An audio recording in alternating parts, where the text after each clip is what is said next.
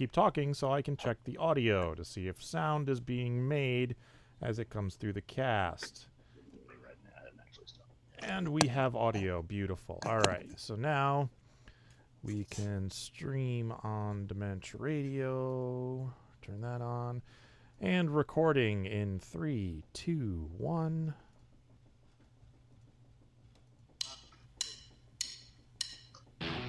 Recorded live on DementiaRadio.org, it's the Funny Music Podcast. Brought to you by FuMP.com, where you can download new free comedy songs twice a week. Now, here's your hosts, Devo Spice and the great Luke Ski. Hey, Devo Spice. Hey, Luke Ski. We have Knuckleheadz in the house. Knuckleheadz in the house. And the Belle Rats. Belle Isle Rats also in the house. What's up, guys? Hey. Let me switch over to gallery view so we can see everybody for a moment. Welcome to episode 556 of the Funny Music Podcast. And there goes the bagel. This is for February 11th of 2020. So, yes, we have Belle Isle Rats. For the first time, we have the Knuckleheadz in the house. Excited to be here. Welcome to the show, everybody. Jax is building Legos. Jax is building Legos. My Jax is upstairs chewing on a bone. What about the dog? Yeah, he's upstairs chewing on the bone. All right, let's get caught up. Let's get caught up with what Devo and Luke have been up to since last week. Or else Devo, if Luke failed and didn't show up. Hey, what? No, he's right. So, Luke, what you been up to? Well, I am very happy that I finally got... Oh, there's a kitty. Yep, there's Kubert. He's just chilling. Hey, buddy. What's up, boy? He wants attention. Now that I have just started doing something, of course he wants attention. He's going to sniff my hand and then go for a bite because he can tell from his eyes he's in a playful mood of, oh, eat it. Oh, bite. Oh, you're going to get me. He's a good boy. Anyway. Quality podcasting here, folks. Yes. All you people listening on the audio version, you can just imagine an orange cat attacking me. Anyway, yeah, so I finally got the last bits of early preliminary MarsCon preparation type stuff done, which was me typing up and sending off one of my updates, which is, about me in general, but also contains all the info, up to date about MarsCon. So I got that all done and put up at the MarsCon website and put up at my website. And, yeah, I got the video things done. And that was another thing. Oh, yeah, I did. And I sent an email off to the person who I would most like to get as next year's music guest of honor. And I am waiting for a response from that act. So... I have no idea what will become of that, but the point is that it's done. So I'm at a point where I can more or less let things coast for a few weeks, or at least a good couple of weeks until it gets closer to the event, and I can concentrate on other things like working on my animatic. So I finally got some groundwork done. I have the establishing shot done, which took a few hours because it's like. I'm not a background artist, so I'm just trying to okay, I want to put the picture in my brain and put it on here as the establishing shot, so everyone can see okay, do y'all get what the environment looks like? Okay, good, because I'm not going to draw the rest of it for the entire rest of this thing, so you can fill in the blanks yourself. And I also designed the third character, who's kind of more of the antagonist, a character named Aaron, and shared that design with Kyle and Katie and Lindsay, and they gave me some feedback. So I'm going to do another design based on some feedback from Lindsay. But overall, I'm happy with that. And so basically, I'm about to get to the fun part of working on this animatic. But I also took some time out to have some deep thoughts about, talking about all this MarsCon prep. The one thing that usually always falls to the wayside is prep of my own stuff, like my own concert and what I'm going to perform during the SmackDown thing, and I was really kind of, torturing myself over the notion of kitty. See that? Did you see that? You're going to be on the internet. Was Is that a lawyer? what was I going to say? Oh yeah. During the span of this past week, I both talked myself into and then talked myself out of getting my 12th album finished so that I could release it at MarsCon. Because I put together all the tracks in a playlist that I would put on it, and I realized, like, oh, it's about an hour and 8 minutes. All I have to do is like 1 or 2 more songs, and I could put this thing out. And because I was kind of like vibing for, I want something significant to happen this year, even though it's, blah, blah, blah. And then I realized, well, you know what? Going through all that effort would make a lot more sense if I saved it for FuMPFest or even next year's MarsCons when we're in person, because if I'm going to get, even though physical CDs aren't the huge thing anymore, I do intend to make some of this album. So in either case, FuMPFest and MarsCon will both be in person. So it would make sense for me to put that off. But I did managed to go through a whole, like, the past couple of years of song ideas I've had and whittle down and say, like, okay, here's 2 song ideas I could potentially pull off between now and then without it screwing up. It's like all of, like, the big, intense, monster things that I do that y'all know me for. It's like, okay, I'm not doing any of those. It's like, what could I reasonably do in the next month? And I found 2 things that's like, okay, maybe 1 or 2 of those things will happen. But aside from that, I figured out a bunch of songs that aren't on any of the fundraiser albums yet of mine, and I put up a quick little poll to ask people which ones they'd like me to perform. So if you go to either my Facebook or my Twitter, I just posted a thing today that's like a list of songs that says, like, hey, click on this link and vote on this thing. So if you would like to help choose which songs I may be performing at my concert at Virtual MarsCon 2021, go to the Twitter of The Great Luke Ski or to the Facebook page of The Great Luke Ski, and you can find the picture that I just put up today, and you can vote on it. So please do that. Aside from that, I'm just fighting off this intense kitty. Oh my gosh, it's a kitty. Oh my gosh, it's a guy. So what have you been up to, Devo? Remember last week I said I was doing FuMP and I was behind? Yes. I'm even more behind now. Yay! That's basically all I was to report on the FuMP front. The big news in my life is I've been learning NativeScript, which is a platform for developing mobile apps, and I'm planning to use it for the FuMPFest app for this year, since PhoneGap is kind of no longer a thing, apparently. I wasn't able to get last year's app updated in time for the event. And it looked like PhoneGap was not going to be being supported anymore. So I looked into some alternatives and kind of settled on NativeScript, and it's going along nicely so far. So I've been spending some time doing that. And for the first time in almost a year, I had to go into the office today to work. So wow. Yeah, well, the only reason was I had to take my car in for a recall service, and the Toyota place is right near the office, so I was like, I'll just go into the office and work there today. So that's what it was weird. It was just me and the receptionist in this big empty building. So that's enough out of me. So Belle Isle Rats, how you guys been? What you been up to? Good. And you saying "went into the office" sounds like such an old-fashioned phrase these days. It does, yes. Yeah, good over here. Although I've been in 2 car accidents since the last show. Oh my God. Yeah, 2. Yeah, I mean, nobody was hurt. Everything's okay. The insurance covered it, but it was just like, man, a lot has happened. The first one, this 80-year-old guy is pulling right in front of me. Luke, this was at Sherman Way in White Oak. I'm like 0.4 of a mile from my house, and this guy, 80-year-old guy, pulls right in front of me and just smashed into him. My airbags went off on the whole thing, and then that was October 11th, and then 12/21. I'm just sitting in traffic at Woodman and Van Owen. You know where that is. And I stay waiting for a light to change, and this guy just rear ends me, and then he kind of bounces off of my car, and he sideswipes the car in front of me. I was like, I literally went for 30 years without so much as a fender bender, and all of a sudden, within 2 months, bang, bang. Anyway. Well, you're getting caught up, making up for lost time. Yeah. There was some statistical stuff I need to catch up with, I guess. But other than that, we're just doing as well as possible, just hanging in there like everybody else with the pandemic. My daughter's going to online school. Working. Luckily, my piano tuning work is pretty good, so That's good. Can't complain. That's good. Cool. So, Knuckleheadz, welcome to the show. Thank you. Yeah, first time. Is this really the 556th show? Yes, it is. We've been doing this since 2010. That is amazing. Wow.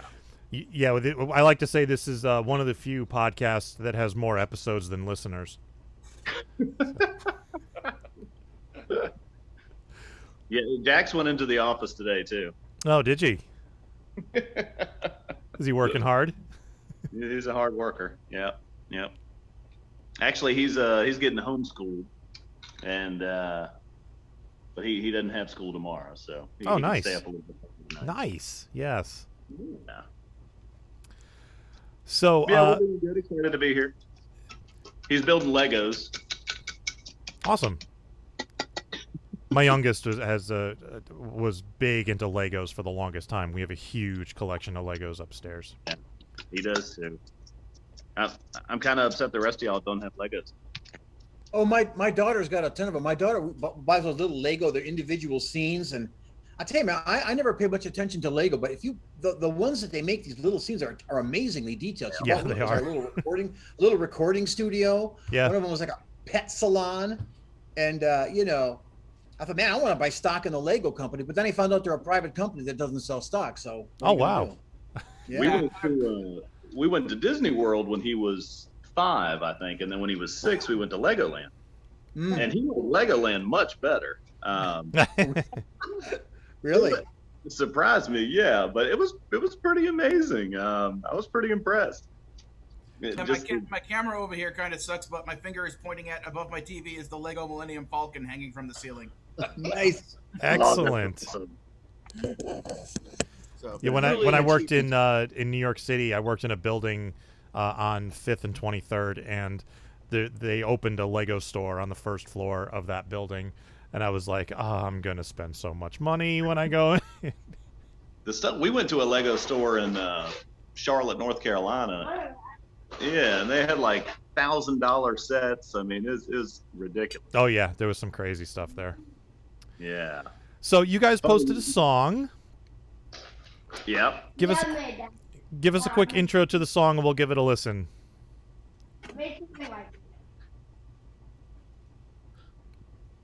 What do you say? What's that? What did he say? I don't know. He's busy building something. Oh, okay.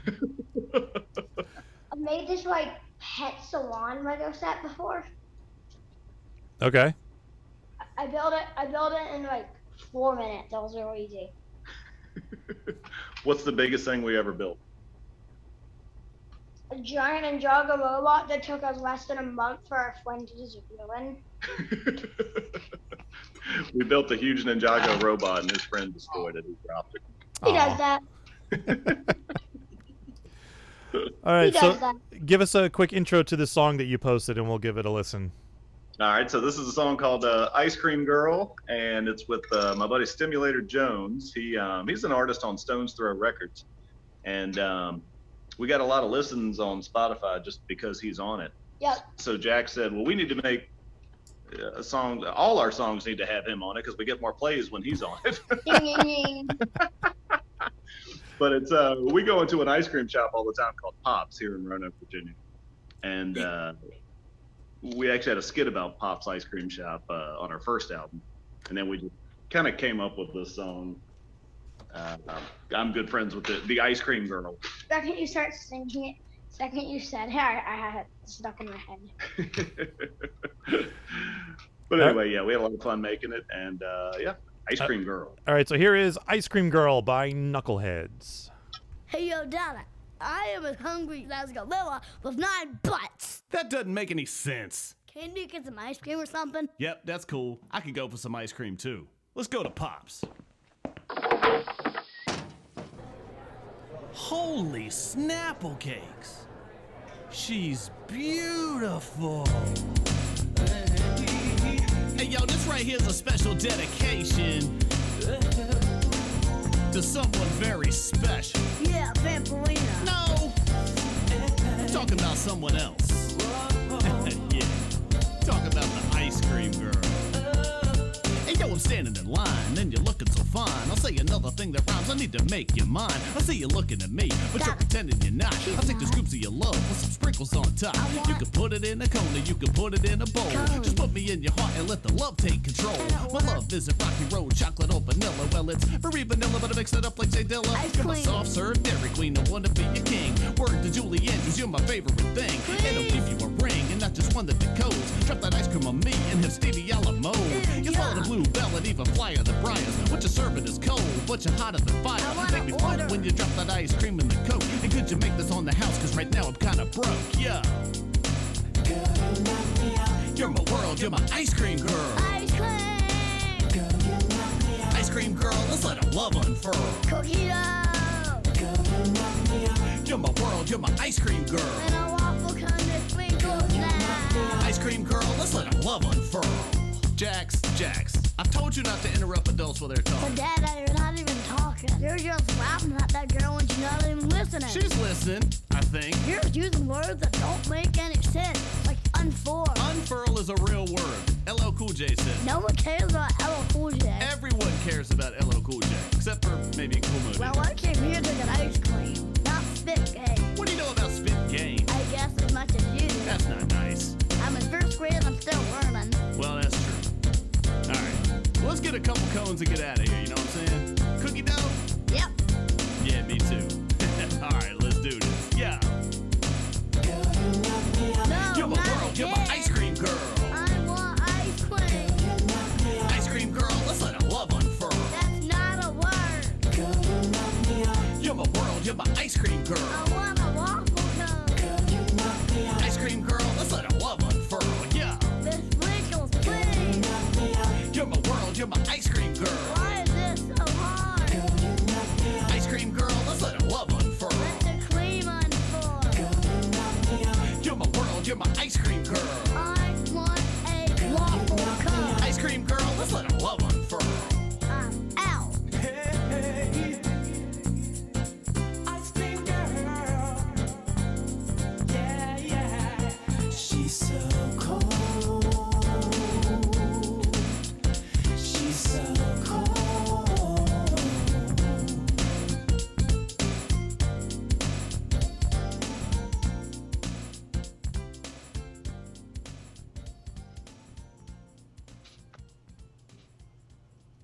So I take it that was Stimulator Jones singing on that song? That was him. Yep. He's got a good singing voice. I don't, so I took advantage of it. Yeah. So you are, for the people who don't know, you are the rapper from Illbots, or one of them anyway. That is true. Yes. Classic yes. nerdcore group. Yep. I think we probably did Nerdapalooza together. Yeah, one of them. I don't remember which one, but I was at 2008.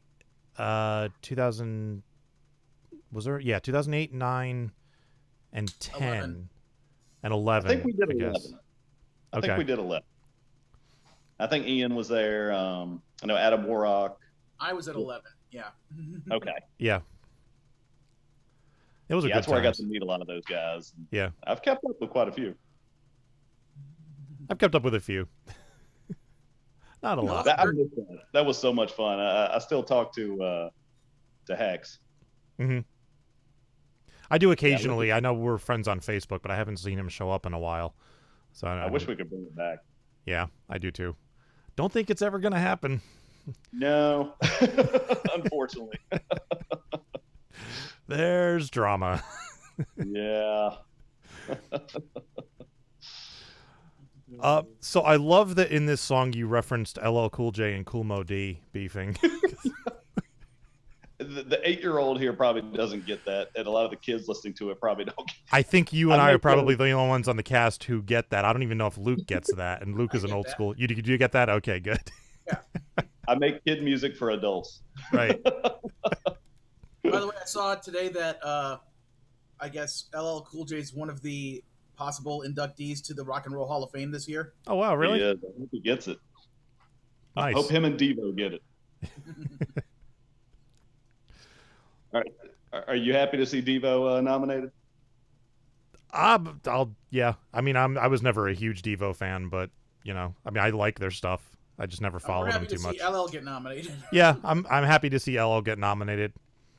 One of the happiest days of my life, I saw LL Cool J live, and then afterwards I tweeted at him, just thanking him for doing a couple songs that he did. He did some deep cuts.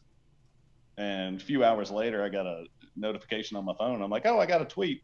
And I looked, I'm like, from LL Cool J? Oh, my God. And he just tweeted at me and thanked me for coming and what I said. Whoa. Yeah, awesome. That's what I love about Twitter is further, you can actually interact with people like that. Chalk is empty, but there's still some in there. I saw LL Cool J live, but it was long before Twitter existed. Well, I saw him twice. I saw him early in the day, before he was friends with Obama and everything. And he was grinding on every backup dancer and grinding on everything on stage. And the show was much different than when I saw him a few years ago, and much tamer. See, I saw him on Run DMC's Raising Hell tour. Nice. He was one of the opening acts, and that was like right around the time Radio came out, his first album. And 85, 86. Yeah, and I remember he tore up the stage. He was just amazing. And he had one of his backup posse members just standing on stage with a boombox, literally not moving, just standing there with a boombox. That's awesome. What was amazing about him back in the day, it's not too uncommon now, but back then it was all rap groups. So he was one of the first to actually go out there by himself and do it all by himself, and that was pretty big back then. Yeah, there weren't many of those back then. No, because it was all about Houdini, Run DMC, Beastie Boys. That was pretty much that whole tour was Houdini, Run DMC, the Beastie Boys, LL Cool J, and Timex Social Club was that show. Nice. I don't know why I remember Timex Social Club being the opening act, but yeah. But I do. So now you've moved on from Illbots and you've recruited your son into Knuckleheadz, and this is what you're doing now. Yeah, he would come to a few Illbots practices, and he wanted to join the group. Nice. And Illbots was a little dirtier, and see, I always had to bribe my kids to get involved with my music.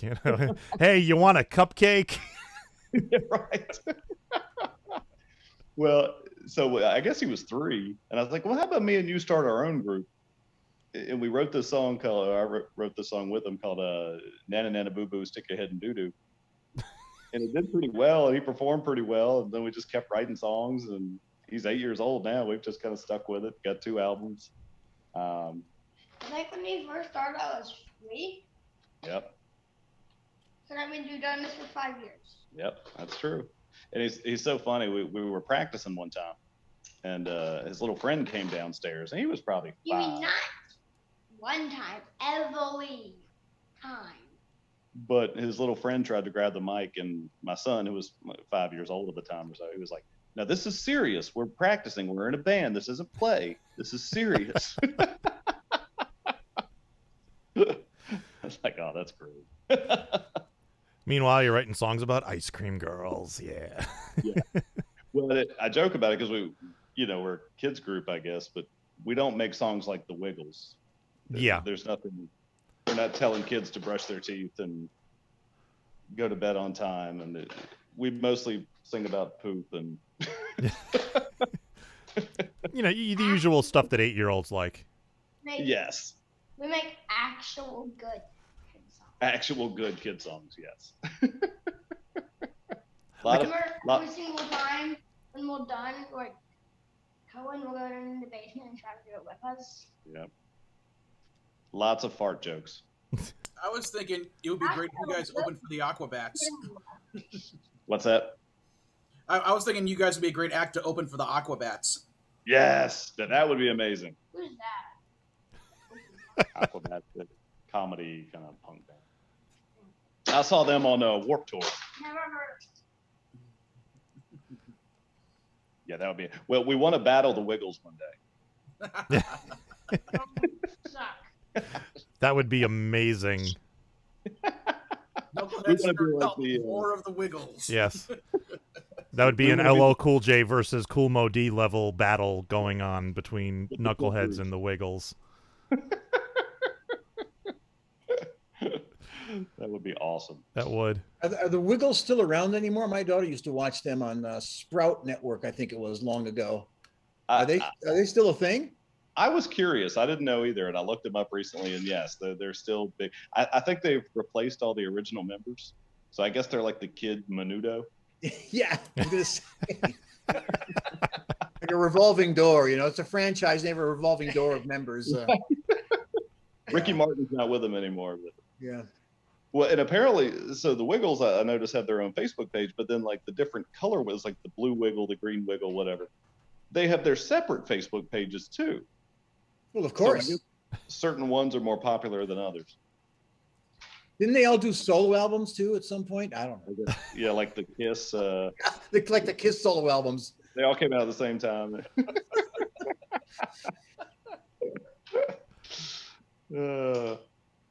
Yeah, I have a question for Jax. I'm kind of curious about something. Are you able to see my screen well? No. If I continue talking, can you see what's on my screen? Mhm.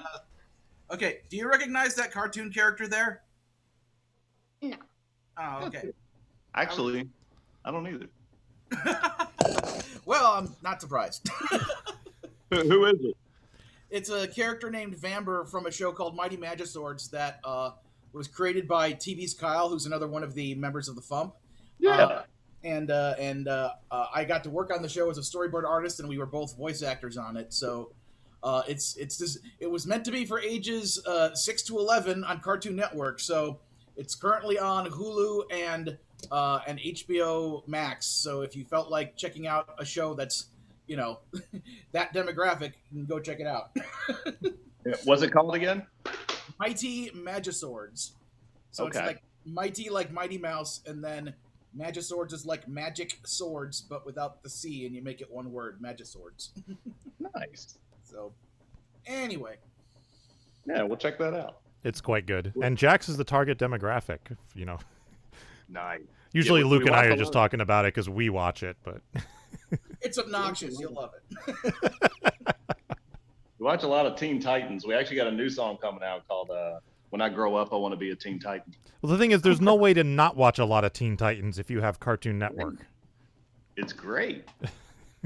See, Teen Titans Go is a very funny show, but Teen Titans Go is also the reason why you haven't heard of Mighty Magiswords, because it's literally 40% of Cartoon Network's daytime schedule is reruns of Teen Titans Go, because it's the highest rating show on the network, and it's their money cow, it's their cash machine, and so they just they've made over 200 episodes, and they just keep showing it and showing it and showing it. So it's kind of like Forensic Files for HLN. That's like 90% Forensic Files on HLN. Same type of thing. 200 is in season 3, and there's Which I 5. love. who's your favorite Teen Titan? Beast Boy. Yeah, he's pretty popular. Yeah. I think I like Raven the most, I think. What do you... We have those talks a lot, like who could win in a fight, Beast Boy, Cyborg, and...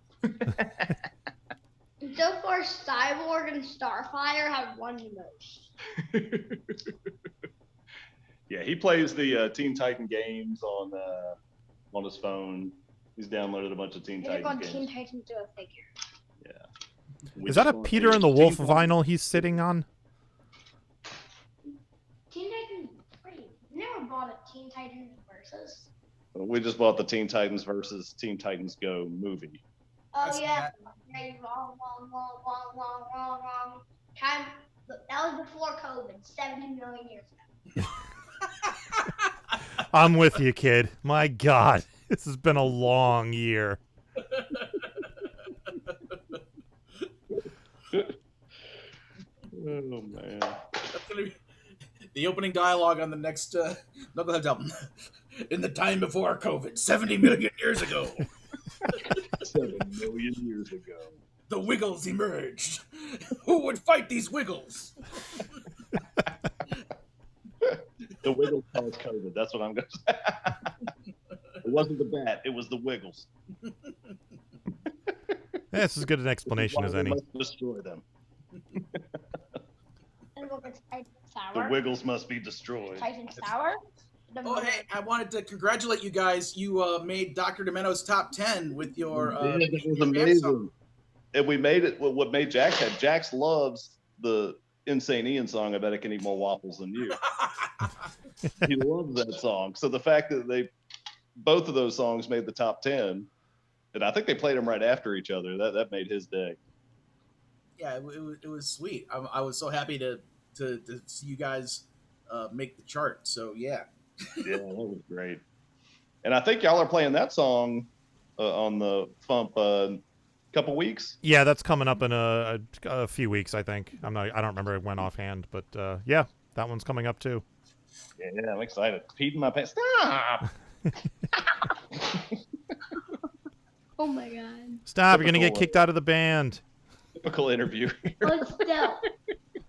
Let's put it in your face. Stop kicking me in the face. Or smack.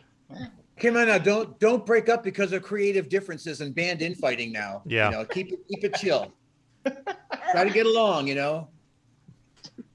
Don't be like Axl Rose, you know, come on. Yeah. He's George Michael. I'm the other guy from Wham. Andrew Ridgely. I'm gonna be phased out. No one's gonna know who I am. Yeah.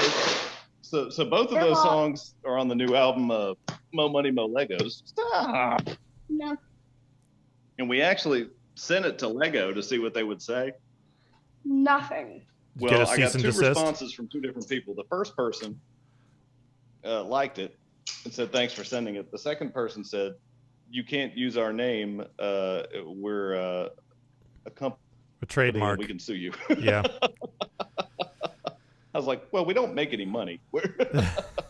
Yeah, that doesn't matter. They have to defend their trademark or they risk losing it. So. Yeah. It's like, I don't think we're going to ruin that for you. Like sometimes I get bummed out that I never got in any way actually famous, but then I realized man, the creative freedom that comes with nobody knowing who you are. You just do whatever you want. Yeah, there is a certain advantage to that. Luke, I saw you on the Dr. Demento documentary, so you are famous. Which one? The one Amanda made? It's on YouTube. I don't know. I watched it the other night. It's like an hour long. Was it the behind dementia? Yes. Yeah. Okay. Yeah. Yeah. I remember Amanda. She has footage of me performing at Alcon '98, but she has a bunch of interviews with other people, and I found out the reason why Amanda didn't set up an interview with me is because she was filming that in secret right when my father passed away, and she didn't want to bother me when I was dealing with all of that. So it's like I understand why she didn't, but part of me is just still like, she should have called me, man. My dad would have wanted me to be in that, Amanda. I was wondering because I saw you perform, and I figured they'd interview you too. Yeah. And Amanda was on the show last week because she did a song that's up there now. Yep. So, yep. Now she did the song about the Capitol riot. Yeah. Yeah, that was great. Indeed. All right, so you have anything you'd like to plug? I know you guys have an album out. We just mentioned. Yeah, Mo Money, Mo Legos, and actually, I don't know if you heard on Dr. Demento, he called it No Money, No Legos, which I was like, close enough. And it's true. No money, no Legos. Yeah. But yeah, it's on Spotify, it's on Bandcamp, Amazon, all that stuff. Yeah. All right. And the first album's called No Sleep Till Bedtime, and that's available too. I love that. I love that title. That's so great. That is great. Yeah, now he was on No Sleep Till Bedtime. I think he was 3 or 4 and 5 on those songs. This one he's 6, 7, and 8. But and keep in mind that 3-year spread is an eternity for somebody that young. Yes. No, but the material hasn't matured it. Okay. It really hasn't matured from Illbots. It's just not as many bad words. Nice. All right, cool. So we're going to move on to the news and interview the Belle Isle Rats. You're welcome to stick around, or if you need to put the kid to bed, you're welcome to take off. But either way, thank you for joining us. Well, thank y'all. Good to see you guys. You too. Thanks for having us. Well, thanks for coming on. All right, let's do some news. The world's longest running comedy music concert series is coming from inside your house. Wow, that went to a dark place. Virtual MarsCon 2021 is taking place online for free on March 12th, 13th, and 14th. Hi, MarsCon. This year's event will have live stream performances by The Great Luke Ski, Devo Spice, Worm Quartet, Insane Ian, TV's Kyle and Linzilla, Il Nage, Beth Kinderman, Tom Smith, Throwing Toasters, Amy Englehart, an AMA interview with Ookla the Mop, and this year's music guest of honor, Robbie Ellis. We'll also be doing a virtual Q&A with the man who has been playing drums in Weird Al Yankovic's band for over 40 years, John Bermuda Schwartz. Drum solo! For info on how to watch, go to MarsCon.com. And for info on the comedy music track, go to MarsConComedy.com. And do watch out for flying lobsters. Thanks for listening, funny music fans, and I hope to see you all at Virtual MarsCon 2021. Time for funny music news. Something. In the news, last I heard, Psychostick is scheduled to begin Season 3 of their online concert series next Thursday, February 18th, so be on the lookout for that. I'm not sure what the status is of their guitarist, Josh. He's reportedly off at Space Camp or something, so I'm not sure what's going to happen there. Maybe he'll be back. All right, some time ago, I teased that we were working on a comedy music spreadsheet. That is now finally available to the public over at FuMP.com. Right now, it's the latest item in the news section, and it will forever live in the blue column on the right-hand side just below the FuMPFest link. I may find a better home for it at some point in the future, but for now, that will do. 2020 releases are on there, as are 2021 releases. That's all up to date to the best of my knowledge. I'm hoping somebody, not me, will go and fill in some past years. So check that out. It's a really cool resource. I'm looking at it right now. And the Gothsicles Kickstarter is up to $7,754. They have 10 days left to go on their campaign. If you would like to get involved, head over to Kickstarter.com and search for Animal Songs by the Gothsicles. All right, Luke, you got any MarsCon stuff to talk about? Let me check my update to see if there was anything in it that y'all didn't already know from last week. You all know that. Oh, I should plug.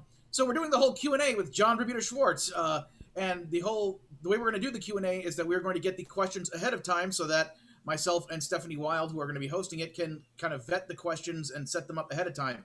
So far, we've had one question. Guess who it was from? Me. Yes, it was from you, Devo Spice. So, if you would like to submit the second question or another question beyond that for John Bermuda Schwartz, go to MarsConComedy.com and basically, let me think. What's the fastest way to explain this? I should go to the website myself and see where I put that link, so it's easy to find. Go to actually, yeah, both in performers, at the very bottom of the list, it has John Bermuda Schwartz, and there's a link that says Ask Bermuda. And also on the page that says Other Events, it's actually at the top there. So yeah, there's a paragraph about John, and at the end of the paragraph says Ask Bermuda. So yeah, go to MarsConComedy.com, click on the Other Events page, and you'll see the link for Ask Bermuda. It'll take you to a form you can fill out and send that question in, and if it passes our scrutiny, we will ask it to John during the event. So I'm basically not going to be advertising this to the hardcore Weird Al fan community for a while, because I want to let you, that's right, you, the people who listen to the FuMPCast and are part of this little bubble community, you get first crack at asking questions to John. So when it gets to be maybe within a couple of weeks, I'll start plugging it and telling people at the Weird Al fan forums, hey, you want to ask a question to John? Go here. But you guys get first dibsies. So yeah, MarsConComedy.com and look, go to other events, the thing about John at the bottom in red, it says Ask Bermuda, and click on that link. Do you have another link for asking questions for Ookla the Mock? I was just going to do the Ookla the Mock because they're doing it like AMA style, so I thought those were supposed to kind of come in live, like randomly. Okay. So, I don't know, unless you think I should, but no, that's fine. Brett G was asking how they submit questions, so I was just passing that along. Yeah, the Ookla the Mock AMA will just happen in real time in whatever chat room we're using at the time, which will be chaotic, but I think that's the way AMAs are supposed to go. Generally. So yeah, and nobody has bought the fundraiser since last week, so that's the same. Yeah, and as I said before, I got the audio promos and the video promos up at the website. If you want to use them on your shows, please do. The Lukeski Top 50, that's something new I can promote, is I finally put it up at my website because I wasn't sure if I wanted to make it a priority, and then I was just like, the hell with it. It's been long enough. I might as well take the time and make the page and put it up. So I've put the page up at thegreatlukeski.com. In the top menu bar there, it says Lukeski Top 50, and you can see how the songs ranked. I'll read off I'll read the top 10 just for the heck of it. Number 1 is Grease Wars. So basically, Grease Wars and Sing Like a Hobbit have been kind of going back and forth for the most part for number 1. So this time around, Grease Wars took the top slot with Sting Like a Hobbit taking number 2. You Don't Know Jack at number 3. What's Up Spock at number 4. Fanboy at number 5. Insane and the Brain at number 6. When You Wish Upon a Death Star at number 7. Snoopy the Dog at number 8. It's a Fanboy Christmas at number 9. And It's a Fanboy Christmas 2, The Wrath of Claus at number 10. So you can check out the rest there. I think that's a pretty solid, reasonable top 10 for, the legacy of me. I think so. I mean, I'm it's like I'm a little bummed that the newer songs didn't, rank as high, because like Candy Bars is number 18, Twilight Zone is number 19, and then I'm Vampire Warrior is number 38, and Small Round Yoda just eked its way on at number 50. So it's kind of like, I'm trying to put out my next album. It'll be called The Album That Isn't as Good as All the Other Albums. And how will that rank with Worst Album Ever? I don't know. Ironically, Worst Album Ever is one of people's favorite albums of mine. Anyway, and that should be a million seller from the titles alone. From the titles alone, that thing should be a smash. So, and I just, because my next album is going to be, if things work out the way I want to, the next album is going to be called Needlessly Meta, which was named by Paul from Paul and Storm at FuMPCast. Mm-hmm. So I need to get his permission because I want to use that soundbite as the opening track. And then the next album after that will be my 13th album. So I'm thinking of titling that one Triskaidecamania.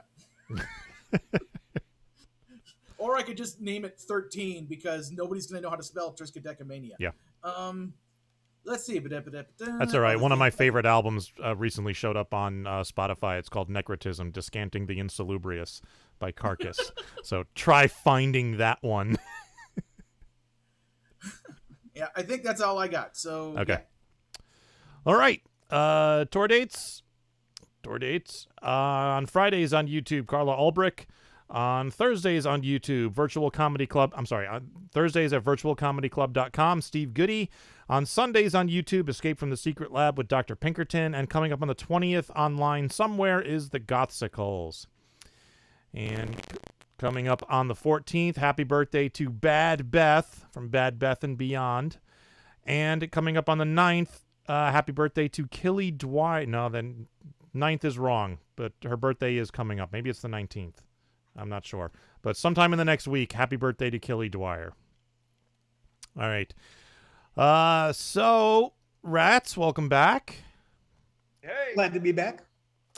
All right, so give us a quick intro to this song. We'll give it a listen. Okay, well, this is a song that a lot of us can relate to. You wake up in the morning, you've got a bump on your shoulder, and then as each passing day goes by, it gets bigger and bigger and bigger. You figure you're just going to see how it goes, but then one day a head pops out, and if that's not bad enough, the head starts talking to you, and it has differing political opinions than you, so you spend your whole time arguing with the head about, different political opinions. We've all been there. So, and this is a song about that situation and about how it was resolved. Very relatable. Here is I Grew a Second Head by the Belle Isle Rats.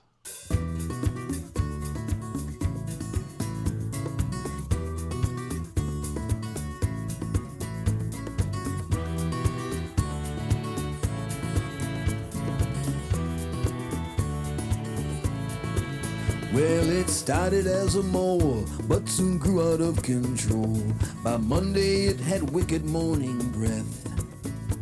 By Friday it was talking, and no amount of walking could remove me from this fate far worse than death. And now it's 2 times the pain, 2 times the check, the freak ball I've become. 2 times the self-deprecation, the lost to temptation, and I wish that I was dead since I grew a second head.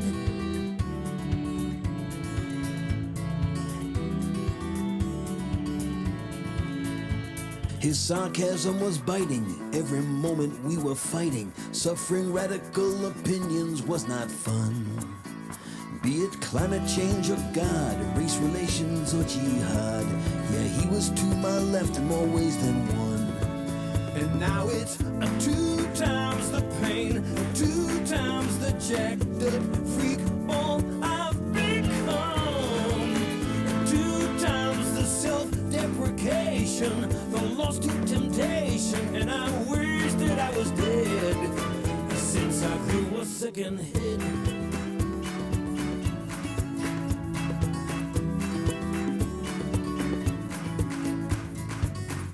This isn't gonna work, no way.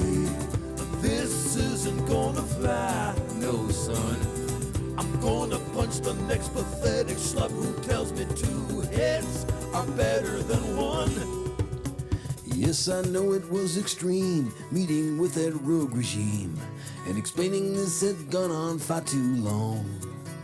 Did it hurt? The answer's yes, and it made an awful mess. But 2 minutes and 1 steak knife and he was gone. Now no more 2 times the pain, 2 times the jacked up freak ball I've become. 2 times the self-deprecation, the lost to temptation. Now I'm glad that he is dead since I grew a second head.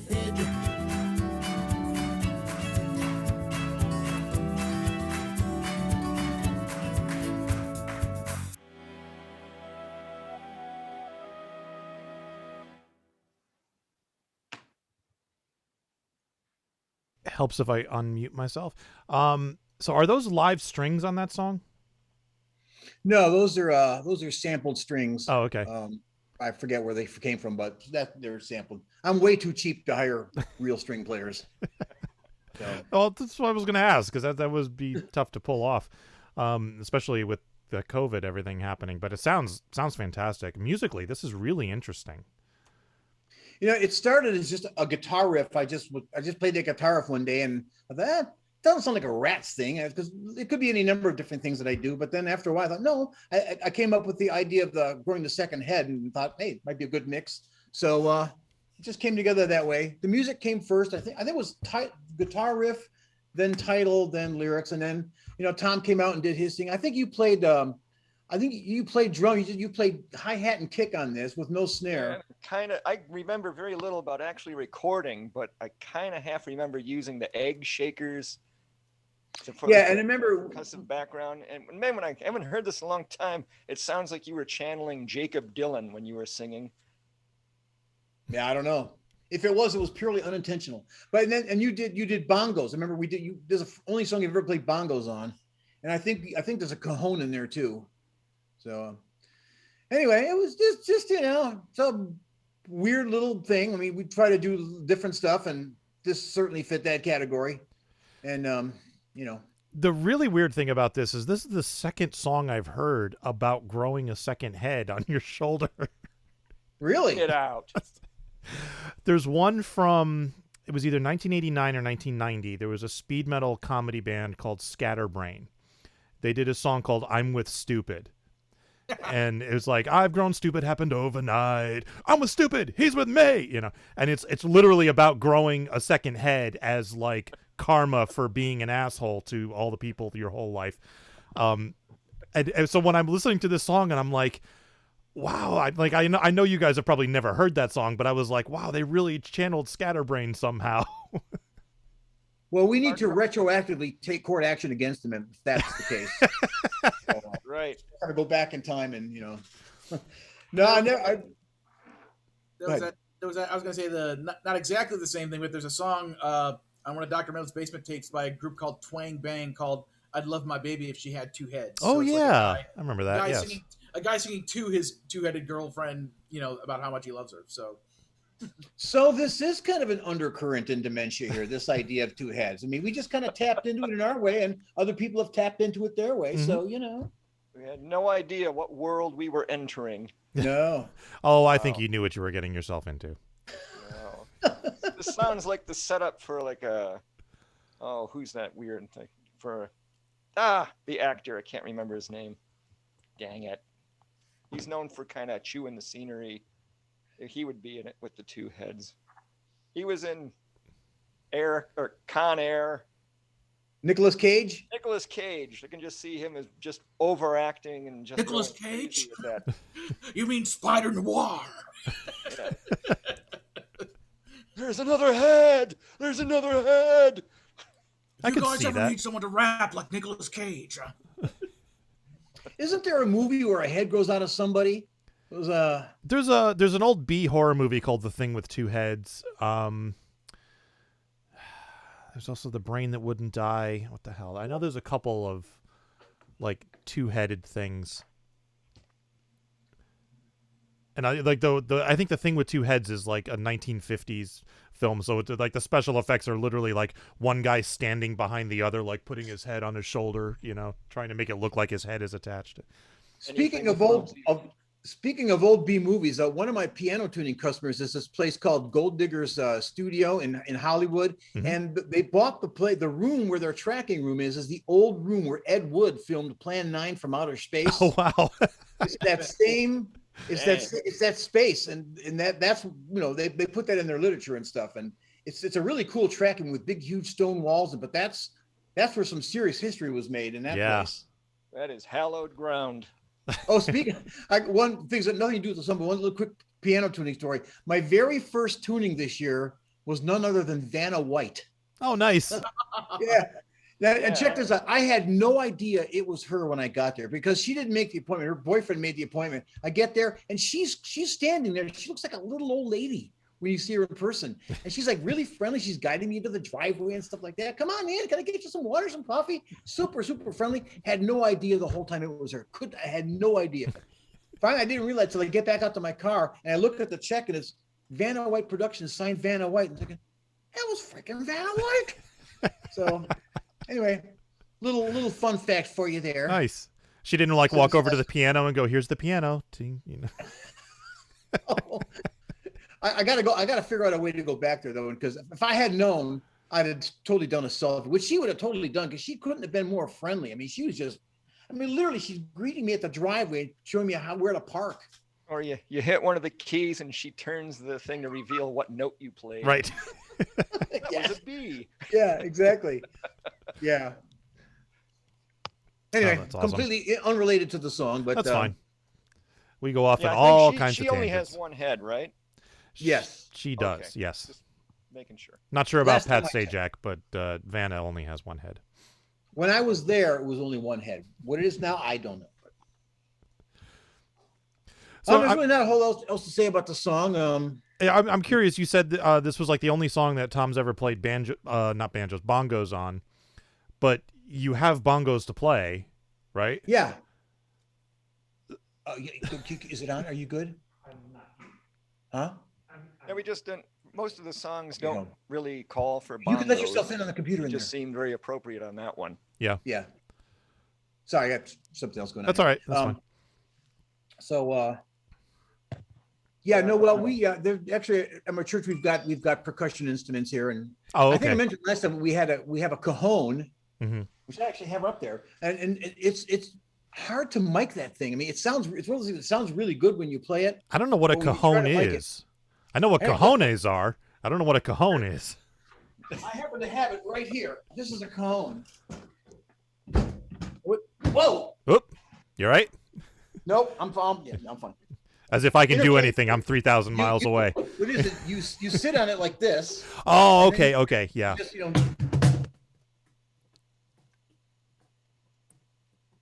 here is the kick drum sound. Up here is the snare.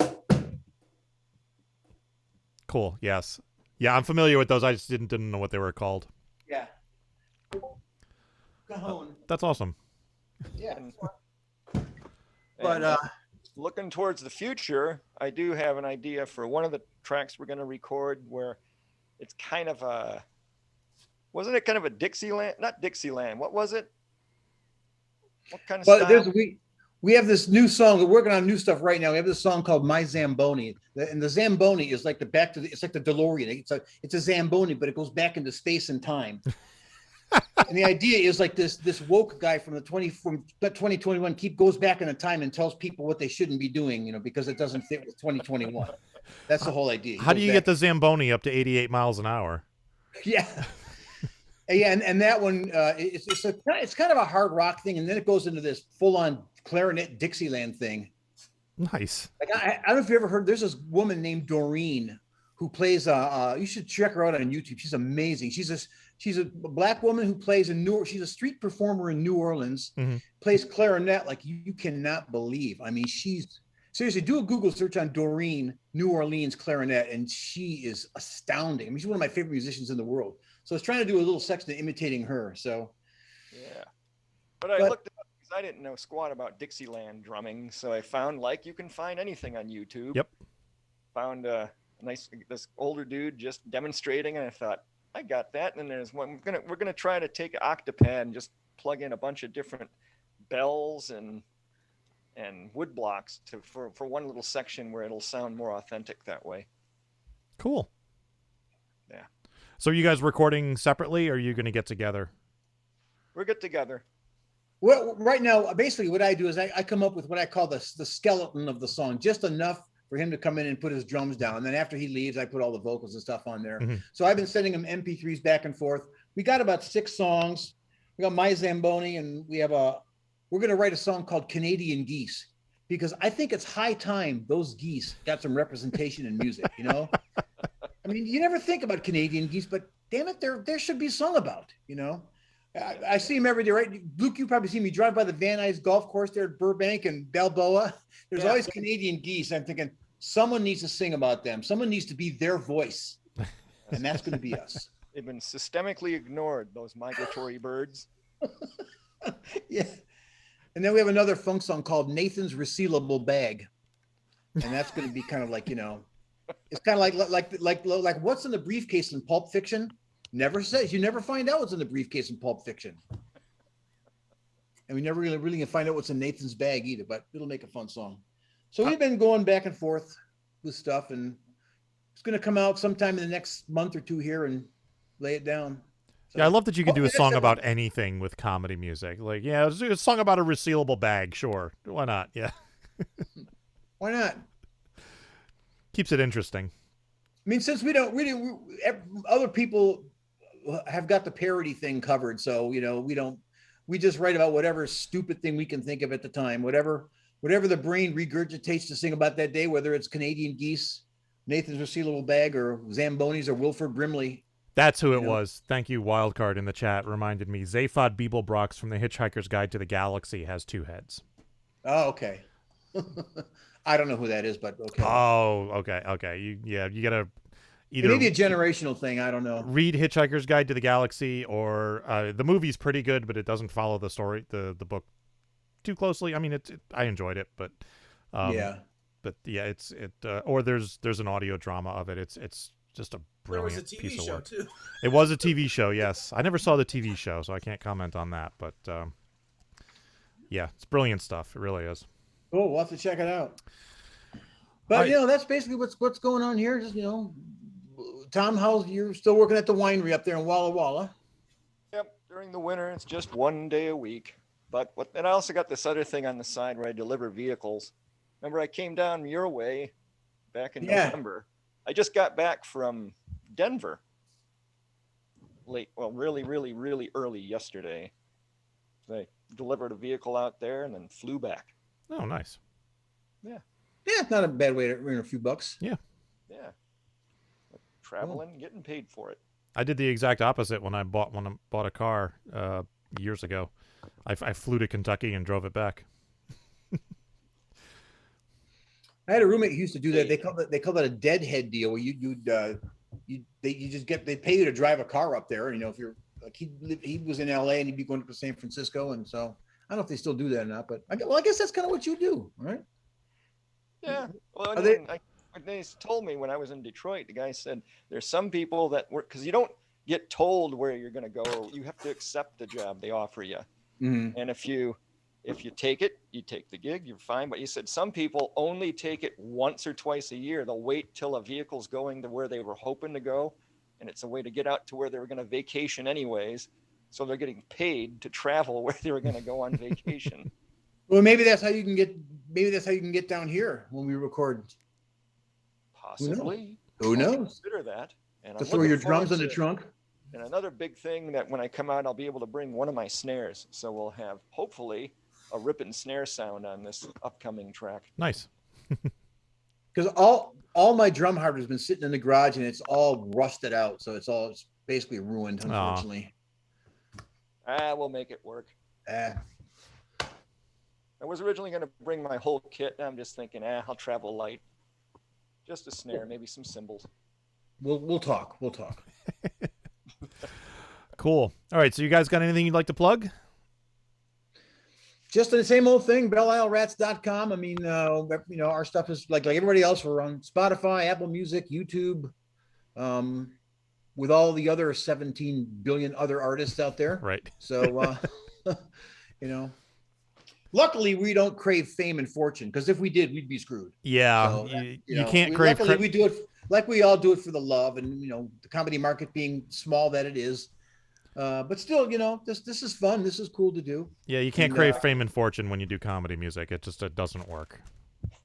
Weird Al's the only one that's pulled it off. Yep. So anyway, but no, that's really about it. I keep thinking we got to do some more promotion, but I don't know. I just never do it.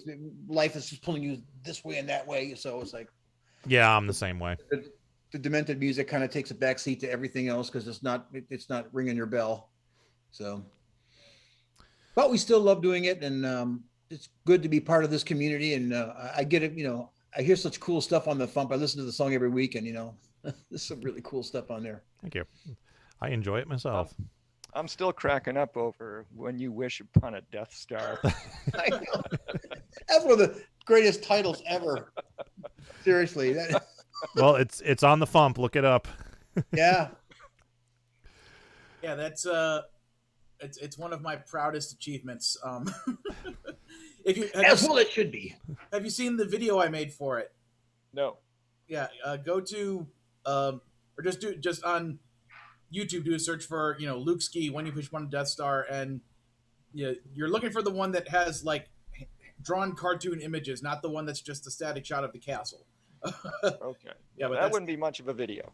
Yeah, I put that one up just to get something up there quickly when I got the thing done. But then several months later, I was finally able to draw all this stuff and put these images to the song, and it came out really great. So, when you thought of that title, did you just know that you struck gold? Well, it was more like, okay, me and my wife at the time, Sarah, were literally having a vacation in Disney. It was, I believe, the day before Halloween in 2012, and sitting there and I would get alerts on my phone when news would break, and I looked at my phone and it's like Disney to buy Lucasfilm for $4 billion, and I was like, oh wow, that's an interesting development, and it was weird being right there at Disney. And then over the course of that day and a half or more, I just got people emailing me and texting me constantly, because I had previously done a song about when Disney bought Marvel called Marvel Poppins to the tune of Supercalifragilisticexpialidocious. So like, are you going to do it about Disney buying Star Wars? You going to do it? And I was just kind of like, I don't know. I've done a lot of Star Wars songs. I don't really know if I should go back there again. And then, within that day or so, I got an email from Dr. D, and he was like, hey, you think you're going to do something? And I'm like, okay, fine. If Dr. Demento himself is messaging me to say, hey, you should do something with this, I should do something with this. So then I decided to make it a medley, and fairly shortly after that, like looking at Disney songs and Star Wars things, it's like, oh, When You Wish Upon a Death Star, perfect. That's going to be the lead off to the bit, and Yeah, and the funny thing is, I managed to get that song out like 3 weeks, so it was like the end of 2012. You know how like if you're looking at Facebook or whatever, there's all these T-shirts that will like come up that are tuned to whatever algorithms say like, oh, this person likes Digital Underground. Here, I'll put all these Humpty Hump T-shirts in his feed or whatever. So I saw at least 5 different versions of a When You Wish Upon a Death Star T-shirt that came in the months following. So I'm not trying to say that they all stole that idea from me or whatever, but with there being 5 of them, I have to assume at least one of them did. And of course, everybody's like contacting me like, "Luke, did you see this shirt?" And I'm like, "Yeah, I know. I've seen the shirts. I've seen all the shirts. There's nothing I can do about it." You threw a pebble into the pond of the universe and it spread out. And now I'm picturing Luke writing the song like one of those high school tests where you match A with B, and it's like, okay, this goes with this, and this goes Star Wars on one side, Disney on the other. That goes with that. That goes with that. That goes with that. You're not too far off. I mean, some just came to me like, oh, that boom, and other things were a little bit more difficult, but yeah, it's fun. Goofy. I've never. What'd you say, Tom? How about Goofy the Hutt? I've never been a big Star Wars guy, but we did manage to get to Disneyland and see the Star Wars thing before the pandemic hit. That was pretty cool. Yeah. My daughter got to ride the Millennium Falcon twice in a row because Nice. someone just let her do it. And I did enjoy the blue milk, the $7 blue milk you can get there. It's good. It is. It's cool. I mean, it's really well done. They have blue and they have green. So Yes. I'll try the green next time, but I don't know what it is. It's odd, but it's good. I don't know what it is, but it's good. It's kind of coconut flavored a little bit. I was trying to put my finger on what it tastes like. I couldn't. It's like, I don't know what this is. It's like a fruit juice kind of, but not like a fruit juice and milk kind of, but not really. It's just, anyway. I liked it. All right. So let's do some feedback. Making the internet absolutely ridiculous. Dementia Radio. www.dementiaradio.org. Port 8027. Please hang up and try again.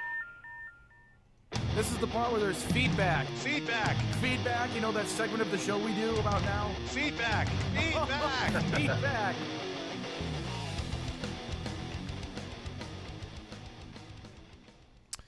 All right. Eclectic Lee wrote, I hear that, Luke Ski, but I've actually already got Y Fidelity. Thanks.